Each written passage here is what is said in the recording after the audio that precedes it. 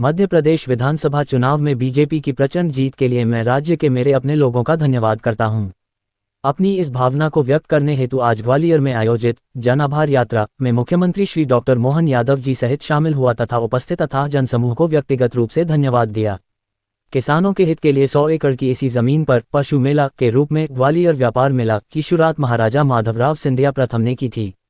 साथ ही किसान अपने उत्पादों को ग्वालियर मंडी तक पहुंचा सकें, इसके लिए ग्वालियर एस्टेट ने रेलवे की शुरुआत की, जिससे उज्जैन, मंदसौर, नीमच, श्योपुर एवं शिवपुरी के किसानों को फायदा मिला। 1905 में इस मेले की शुरुआत सिंधिया परिवार के मुखिया ने, नवीन ग्वालियर के संस्थापक माधव महाराज प्रथम ने 1905 में शुरुआत की थी।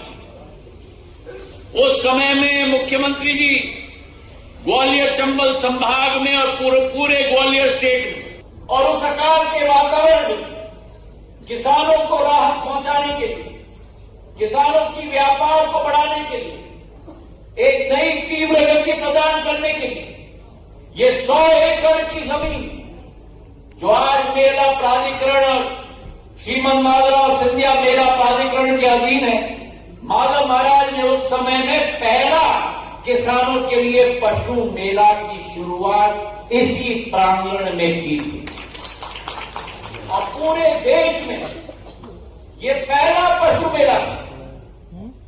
उनकी सोच विचारधारा जिससे आप भी अच्छी तरह से वाकिफ हैं। उस समय में ग्वालियर स्टेट पहला स्टेट था जब ग्वालियर स्टेट की रेलवे चलती, उज्जैन से मंदसौर से नीमच तक, रतलाम तक, ग्वालियर से श्योपुर तक, ग्वालियर से भिंड तक, ग्वालियर से शिवपुरी तक, और इसी सोच और विचारधारा के साथ कि श्योपुर का किसान, भिंड का किसान, शिवपुरी का किसान अपना अनाज रेलवे के आधार पे भी ग्वालियर के मंडी में ला पाए। 31 करोड़ रुपए की सीएसआर के आधार पर हमारा यहां कंप्रेस बायोगैस प्लांट बन रहा है।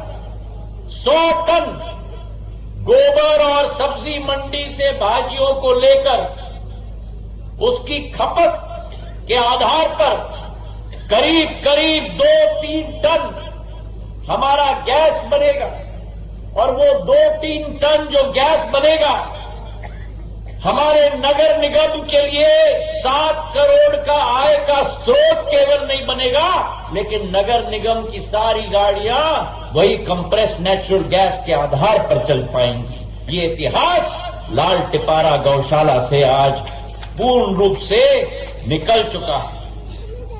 जो प्रधानमंत्री जी की सोच और विचारधारा है, भारत को आत्मनिर्भर बनना होगा।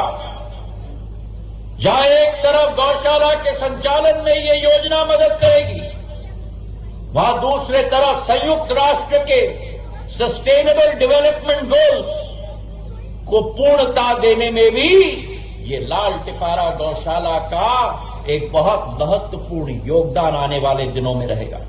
मैं ये मान के चलता हूं कि हम सब, मैं मान के चलता हूं, अभी यार नामों के संबोधन में सिंधिया जी को भी उनका नाम बोला है, लेकिन गोपाल तो हम सब है। जिनके घर में गाय वो सब गोपाल है। मेरे घर भी गाय है और जिन के घर गाय है, और उम्मीद करेंगे कि हर घर में गाय होना चाहिए। जब हमारी राजमाता जी ने, आपने बताया कि महल के अंदर, मैंने महाराज से पूछा कि अभी भी 100 से ज्यादा गाय उनके अपने महल के अंदर है, हमें से भी कई सारे परिवारों में।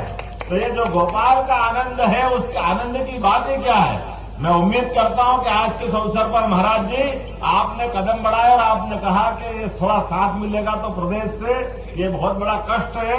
निश्चित रूप से आपका मार्गदर्शन भी लेंगे और आज के इस अवसर पर ये जो पूरा नया एक प्रोजेक्ट बन गया है, प्रदेश के कई सारे नगर निगम को भी यहाँ देखने भेजेंगे। अगर वो यहाँ से सीख सकते तो ये बड़ा समाधान मिलेगा। और इसी के साथ साथ जब सबका योगदान मिला तो मैं कैसे बच सकता हूं?